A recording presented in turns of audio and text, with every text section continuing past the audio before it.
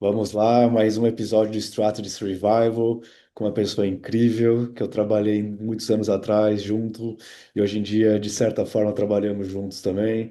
PA, Paulo André, muito obrigado por participar, PA, do Strategy Survival. Privilégio ter você aqui com a gente. Ah, é um prazer, um prazer. Que bom que deu certo, que bom que as agendas conseguiram casar. E vamos nessa, vai ser um papo ótimo. Que bom que a agenda conseguiu casar e ter esse papo contigo. E te conheci lá na One for One Sorry Square, que foi demais. Queria que você contasse um pouco mais hoje na Miami Ed School também, liderando a Miami. Queria que você contasse um pouco mais da sua carreira, se puder. Claro, é, a gente se encontrou nesse momento, né, da minha carreira. Foi um período muito bom, como diretor de criação lá. Acho que a gente tinha momentos muito interessantes, marcas muito interessantes. Cara, eu sou de Recife, eu vim para estudar em São Paulo, fui estudar na SPM, e já na SPM eu tinha conhecido uma galera que estagiava na W Brasil. E aí eu consegui uma entrevista lá. E aí essa entrevista, uma semana depois, os caras me chamaram. Então eu já estava, antes de terminar o curso da SPM, eu já estagiava na época, talvez a melhor agência da época, que era a W Brasil. E aí depois as coisas foram acontecendo. Aí eu de lá fui para uma empresa, a primeira empresa que o Luiz Lara abriu, que chamava Lara Stalimi. Aí de lá eu fui para a Ogilvy e eu tinha uma lista na minha cabeça. Eu adoro listas. Eu sempre falo para os meus alunos que não custa nada, não custa, é de graça. Faça uma lista do que você quer da sua vida. Quem você quer conhecer, que lugar você quer trabalhar, onde você quer estar daqui a alguns anos. Eu sempre, na admissão da Miami, eu sempre pergunto, onde você quer estar daqui a 4 anos? Porque a Miami vai conseguir transformar a sua vida. Então você precisa estar preparado. Que plano? Qual o seu plano? Eu acho muito interessante isso. E eu tinha, novinho, eu tinha 4 agências que eu queria trabalhar, que era a DPZ, que era a Deminove, que era a Almap e que era a Talent. E aí surgiu o convite de eu ir para a Talent. Aí eu não, eu falei, eu lembro que eu falei isso na Ogilvy, não adianta o que vocês me oferecerem, porque está na minha lista. Olha isso, eu tenho que ir. E fui extremamente feliz, assim, eu fiz 13 anos que eu trabalhei na Talent, entre Talent e como diretor de criação na QG, que era uma agência do Grupo Talent na época. E foi lá que as coisas aconteceram, que eu fiz meus trabalhos mais marcantes. E quando eu saí de lá, eu tenho um grande amigo chamado Luiz Tastaldi, que trabalhava na One for One. E aí ele falou assim: você não quer entrar numa concorrência? Eu estou precisando de um diretor de criação para concorrência. E eu sou bom de concorrência, vice. O vice é de Pernambuco, que, né, tem um sotaquinho, tem um flavor aí da minha fala, que é expressões pernambucanas.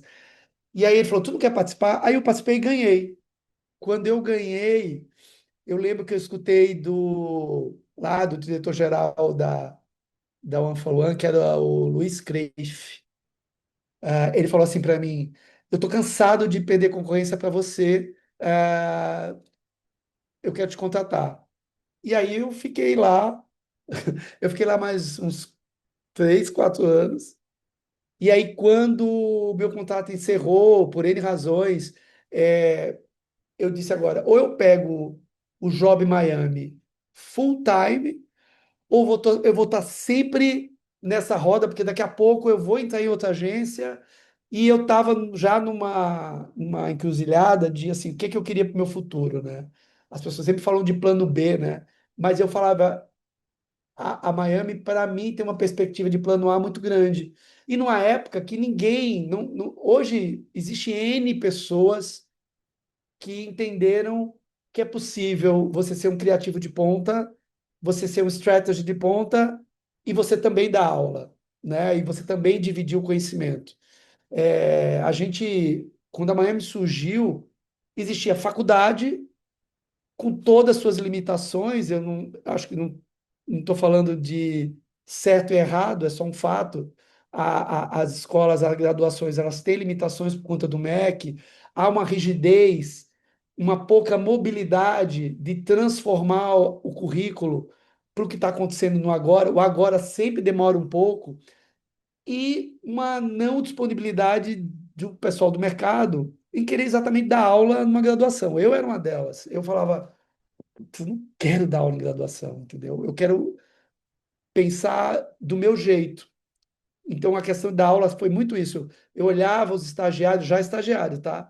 E olhava e falava assim, cara, eles estão fazendo coisas que estão prejudicando eles nos estágios, mas é só porque ninguém avisou.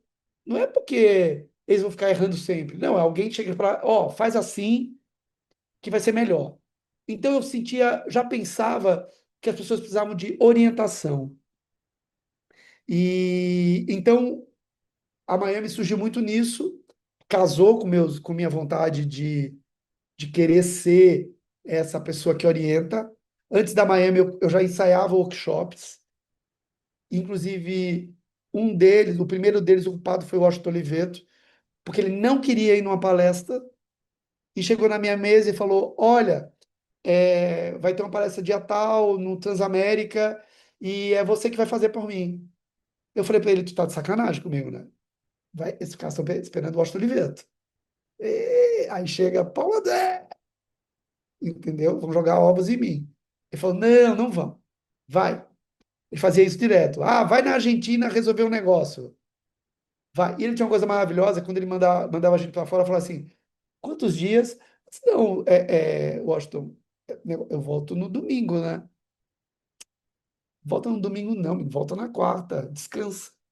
Então ele tinha uma coisa muito interessante, o jeito de lidar com as pessoas. Então ele começou, aí eu fui dar essa palestra, aí os caras que chamaram ele gostaram tanto e falou assim: Você está disponível para outras agendas? Eu falei: Tô. E aí esse negócio começou na minha cabeça. E aí teve uma hora que eu pensei: workshop, palestra, eu vou até um ponto com os alunos, com essas pessoas. Eu queria esticar mais meu tempo com elas para poder prepará-las melhor. Foi daí que eu falei, eu quero dar aula. E eu olhava até a SPM, que, enfim, é uma das, ainda é o de ponta, quando a gente fala de faculdade, eu olhava e não tinha vontade, eu não me enquadrava um professor da SPM. Depois virei, né, por conta da parceria que a Miami teve com a SPM há muito tempo, mas eu não me identificava. Quando apareceu a Miami na minha frente, eu falei, eita, é isso que eu quero. E era uma época, que é o que eu estava falando no começo, o criativo de ponta, numa agência como Talent, numa agência como Demi9, não tem tempo, disponibilidade e não se sentir atraído pelo mundo acadêmico, porque o mundo acadêmico desenhado até então, desculpa, pode ser cancelado, é chato, é chato. E o ensino e a criatividade não pode ser chata, né? Ela tem que ser dinâmica, ela tem que ter fluidez, ela tem que ser orgânica, ela tem que encurtar o espaço entre o mercado e sala de aula. E aí a Miami me parecia essa coisa. E eu comecei a entrar, e eu lembro que eu tinha muito no começo que convencer os colegas de aquele ambiente que eu ia preservar eles, que tudo que eles acreditavam, de tudo como eles queriam trabalhar, eles teriam essa liberdade lá dentro. E aí eu comecei a formar, em paralelo comigo, me formando junto, uma geração de criativos de ponta que sobem no Festival de Cannes e pegam um Grand Prix e que no outro dia está dentro da sala de aula da Miami. Então eu me sinto muito orgulhoso, porque eu criei esse profissional que não existia antes. Existia uma máxima na época que era quem ensina não faz. E quem faz não ensina. Então, era uma máxima do mercado. Então, existia uma distância grande. Então, eu fui essa primeira pessoa que quebrou isso, que mostrou que isso era possível. E aí eu trouxe uma legião de profissionais que hoje têm orgulho de dizer fui professor ou sou professor, né? Então, eu me sinto muito orgulhoso de hoje ver tantos profissionais entendendo que essa questão de dar aula pode ser uma coisa bacana para eles em inúmeras searas e que é uma coisa que eu sempre acho que dar aula é um ato de generosidade. Você tem a generosidade de dividir seu conhecimento com alguém para que essa pessoa ela cresça, ela se desenvolva.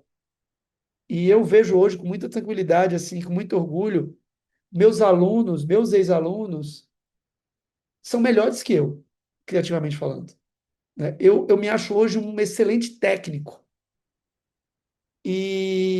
mas tenho jogadores brilhantes. Então eu olho essa geração, essas gerações que eu formei, eu vejo eles em lugares, em trabalhos que eu falo assim, caceta, olha o desenho criativo disso, que sofisticação, né? Então eu fico muito orgulhoso. Eu acho que essa coisa do professor é você fazer pessoas melhores que você, né?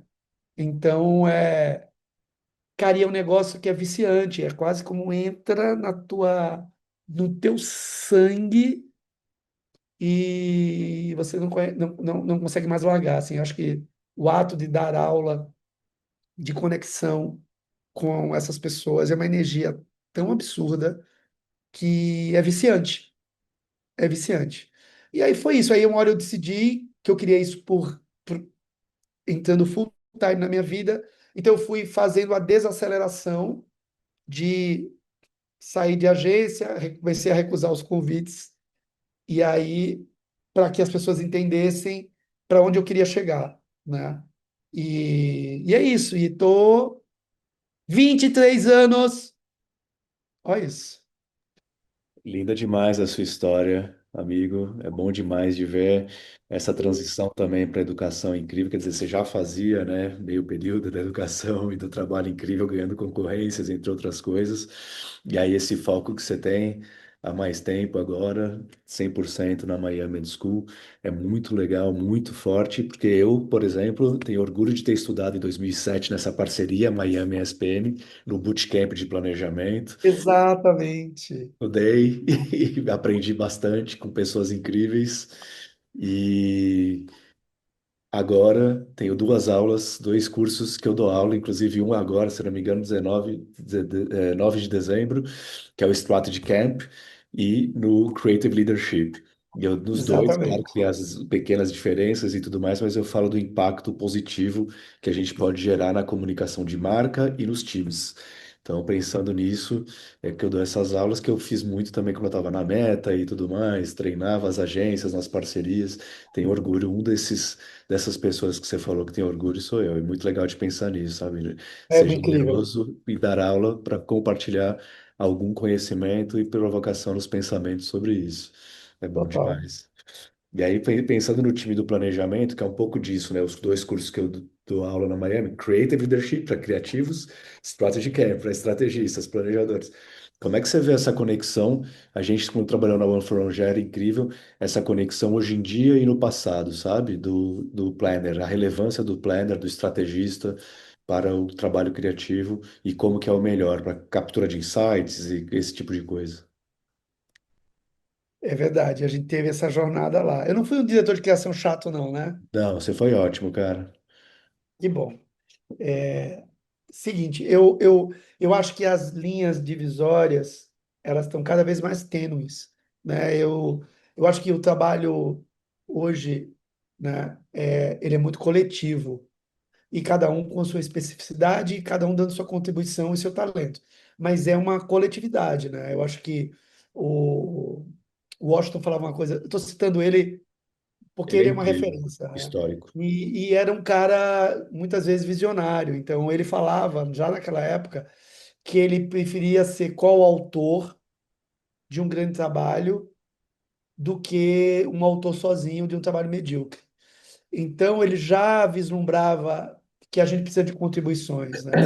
Então, dentro dessa forma de pensar, eu cada vez vejo que as áreas elas precisam estar mais conectadas do que nunca. Então, eu entendo muito criatividade e talvez eu corra aqui num clichê, mas eu acho que é um clichê bom, que criatividade é um grande guarda-chuva, né? E que você tem um departamento que tem nominalmente, né? Mas é só nominalmente. Eu acho que o pensamento criativo é um mindset, é uma forma de você agir dentro da comunicação, seja em que área for. Então, eu gosto muito da interação criativos e estrategistas. Eu acho que criativo precisa ter um pensamento estratégico, porque o processo criativo é um processo de planejamento também, né? Você tem que construir ali, né, um quadro, né, para que você preencha ele, e você tem que pensar como você vai preenchê-lo. E eu acho que a galera da estratégia tem uma visão criativa, né? Porque é uma combinação, né? Porque no final, o que vai para o público? Vai o material criativo, né? Eu sempre falo para meus alunos, quando eles estão entendendo o que é uma ideia, e aí eles ficam me dando explicações filosóficas, e eu falo assim, isso não é ideia, isso é como você está argumentando a ideia. Ideia é o que foi para a rua, é que as pessoas estão vendo, é o que as pessoas estão interagindo, é o que as pessoas estão ali, né, se engajando. Então, a preocupação é essa, assim, o que está lá. O que está lá é o que as pessoas veem. Essa é a ideia. Então, você ter um time de estratégia que entenda isso, né, que no final é o que vai estar lá, né, que vai ser a conclusão de todo o projeto e é como as pessoas vão se comunicar com a marca, né, cada vez mais, tudo é uma experiência de marca, né, seja numa latinha, seja no out of home, seja num evento ou alguma coisa digital, que seja, tudo é uma experiência. Então, você tem que pensar nessa experiência final, que é o que importa. Então você tem que ter uma visão do todo e que você pode contribuir nisso criativamente. Então, o pensamento criativo é um pensamento que todo mundo devia desenvolver, né? Que é muito interessante, que dá a você uma potência dentro do teu pensamento, primeiro, seja de estratégia, seja de mídia, muito grande, né? E eu amo quem gosta de boa ideia.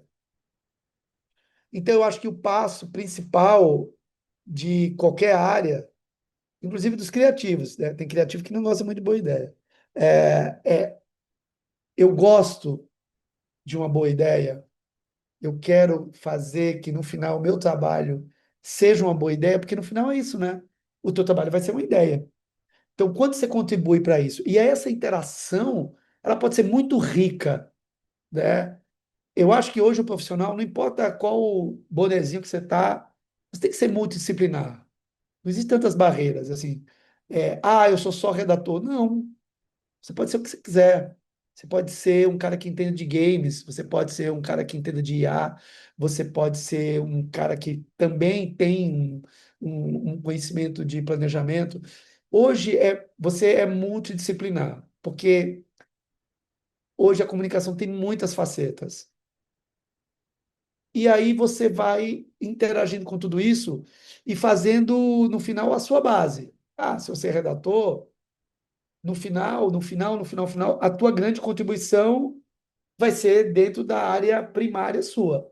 Mas isso não significa que você não atuou em um monte de coisa, né? Então, eu conheço grandes diretores de arte que são grandes roteiristas, que fazem um filme como ninguém, e vice-versa. E eu tenho grandes amigos que, que passeiam pelos dois lados muito grande, né? Então, o André Laurentino, ele começou como diretor de arte, depois ele virou redator. Isso somou dele ser hoje um grande líder criativo, né? Então ele tem uma visão muito incrível, além dele ser genial, de vários lados, sem preconceitos. Então, eu acho que isso é também uma coisa muito importante. A gente não tem que ter preconceito do conhecimento ou não se colocar tanto rótulos, né? O que te agrada e como você pode contribuir da melhor maneira. Então, eu acho que com esse pensamento, eu adoro misturar as disciplinas, tanto é que no curso de criação, tem uma matéria que eu desenvolvi e que muita gente bacana já deu aula, Raquel Messias, a Gabi Rodrigues, que é planejamento também é coisa de criativo. Então, eu adoro que nessa disciplina, o que eles têm que fazer é um plano estratégico, né? Então, eu acho que eles saem com uma bagagem muito, muito interessante, né? É isso. Não sei se eu respondi, eu falei muito. Olha, falou muito e respondeu melhor. Melhor do Né? que eu imaginei, no sentido de que, pensando até como planner, né, pensava muito na key message, levar a key message não é o que vai necessariamente para o consumidor, mas tem um impacto muito positivo no seu consumidor do momento, que é o criativo, para ajudar na redação e tudo mais, né? Mas o jeito que você escreve a key message, que você descreve a interpretação do que é o insight em relação a esse estudo que foi feito, enfim, acho que ajuda muito também, pensando nessa linguagem, né? Na linguagem criativa também. Então não é uma Eu barreira, adoro, eu tenho uma coisa, desculpa te interromper, imagina. tem uma coisa que eu adoro fazer um exercício com os meus alunos, porque assim, quando você explica muita ideia, quando você tem que precisar de 2 parágrafos para explicar a sua ideia, provavelmente sua ideia ela tem problemas e que precisam ser corrigidos. E aí o exercício que eu faço muito para o aluno é, se você pudesse dizer uma frase, sua ideia, como ela seria? E é um exercício difícil, principalmente para quem está começando a desenvolver o processo criativo. Porque assim, como assim eu vou resumir? A dificuldade de síntese para quem está começando é muito grande, né? A gente tem uma cultura do vamos fazer do muito e aí vai que tem alguma coisa ali que serve. E a ideia não te permite esse pensamento. Ela tem que estar ali com síntese e ela tem que estar ali clara, né? Ideia de comunicação, ela tem que ser uma ideia democrática. Ela é para todo mundo, tem que entender, né? Então, é um exercício. E eu faço a mesma coisa quando eu trabalho com planners e quando eu dou aula para planners. É assim, tá bom, quando você falou da key message, qual é a ponte que você mostrou para mim todo o caminho e eu preciso daquela ponte. A ponte qual é a frase que eu preciso que resume para entrar a parte criativa. Tanto é que em apresentações eu pedia muito isso. Eu preciso dessa ponte. Faz o último slide antes de eu entrar, que é o resumo de tudo, que é para onde a gente tem que ir. É a partir desta frase, que é o key message, que eu sigo com a minha parte. Então, é um exercício de síntese, né? Porque às vezes você está ali coberto de pesquisas, de dados, mas você precisa pegar tudo isso e tá, mas isso caminha para onde, né? Então, o poder de síntese os criativos têm que ter, e eu acho que os estrategistas também, porque é um ótimo exercício de você ver se está funcionando tudo. Se o que você está ali propondo, ele é claro, ele é relevante e ele tem potência, né? Então, eu acho um exercício excelente. Bom demais, né? Para fazer esse link, como você falou, pensando nisso, né? Tudo que você estudou, como é que você chega?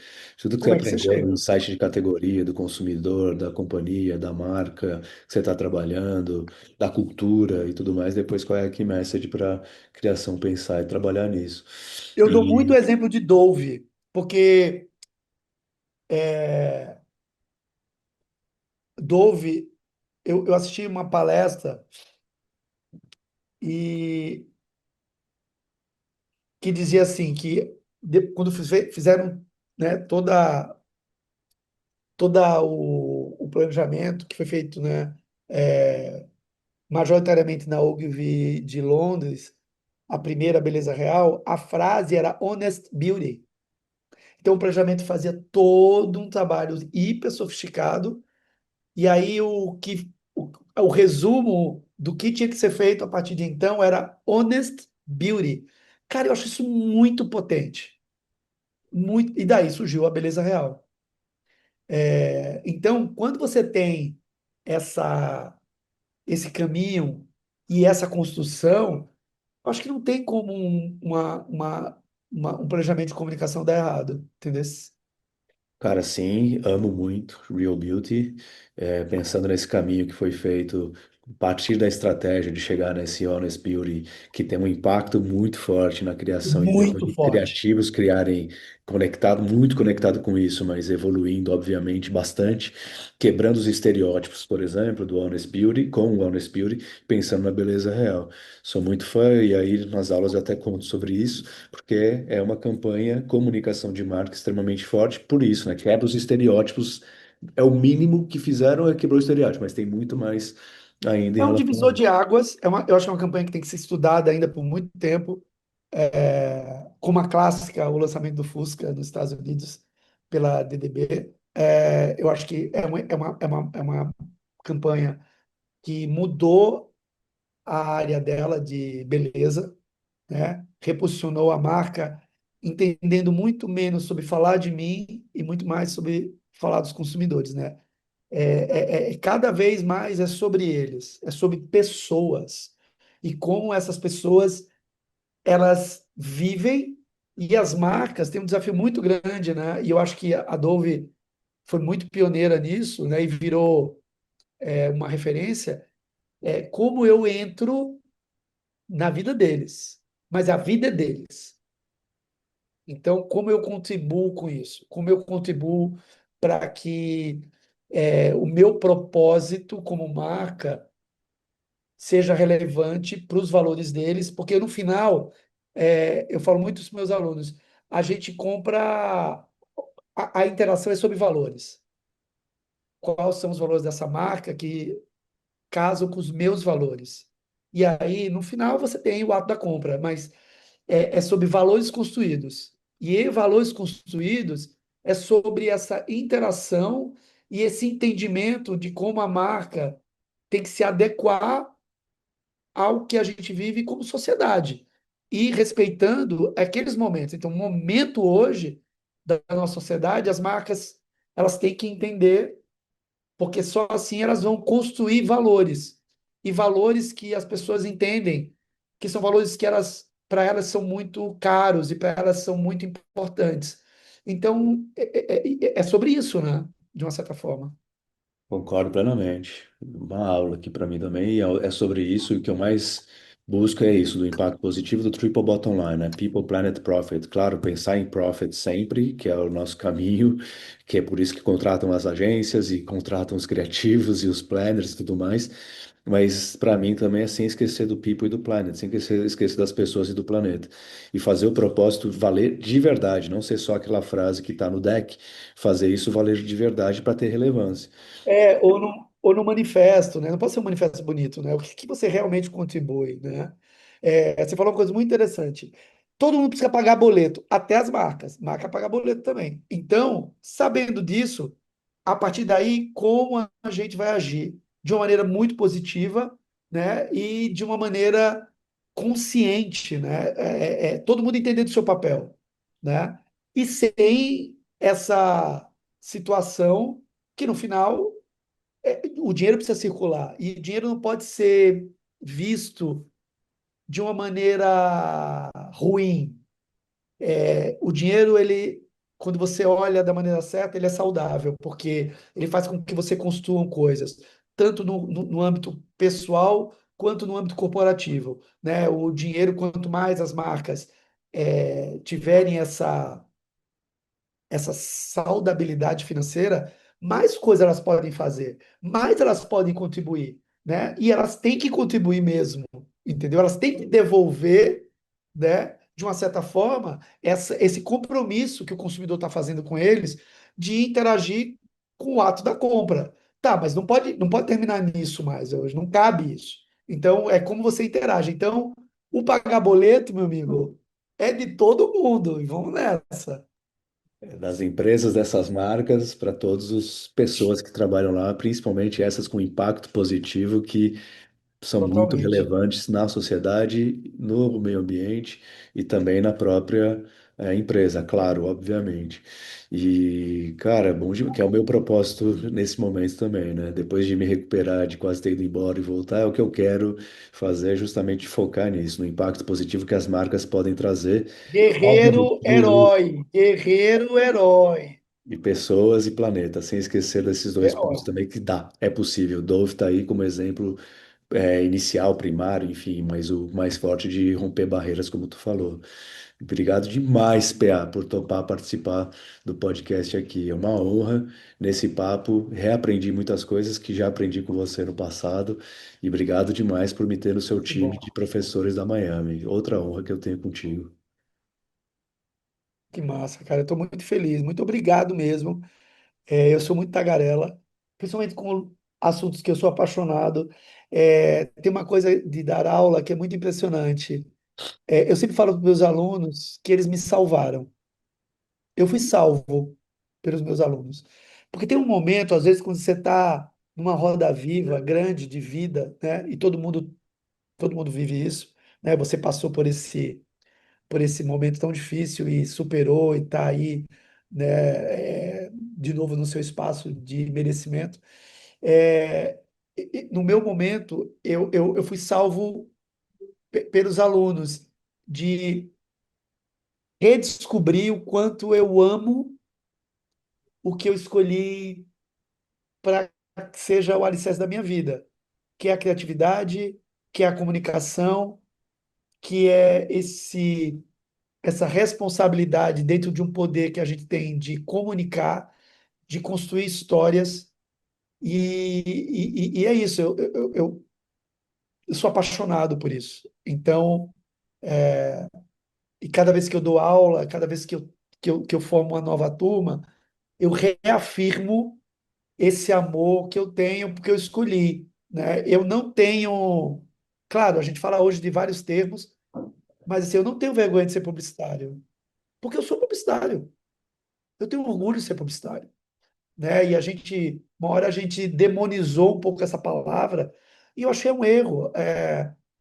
Publicidade, ela pode ser algo muito relevante, muito importante dentro desse ecossistema que a gente vive, né? Então, eu falo muito para os meus alunos, tenho orgulho de o que você escolheu, né? Porque dependendo da trajetória, dependendo como você escolhe, dependendo do que você se encaixou, pode ser uma jornada muito bonita, com todos os perrengues, com toda ainda coisas que a gente precisa evoluir dentro do nosso mercado, coisas que a gente precisa lutar dentro do nosso mercado, mas, mas ainda pode ser uma jornada muito bonita. E é isso que eu acredito. Senão, eu não estaria fazendo isso há tanto tempo. Acredito nisso também, quero não só para mim, mas como você falou da generosidade, de multiplicar isso para os alunos. É o meu desejo de fazer isso profissionalmente, então dar aulas ajuda muito a pensar nisso, sabe? Contar para Total, eles como é total. que eu acredito nessas coisas que eu concordo plenamente que tu falou, meu amigo. Bom demais, cara. Mil graças por isso, hermano. Obrigado demais. Thanks a lot for this. Okay. You're welcome. My pleasure. Abraço forte.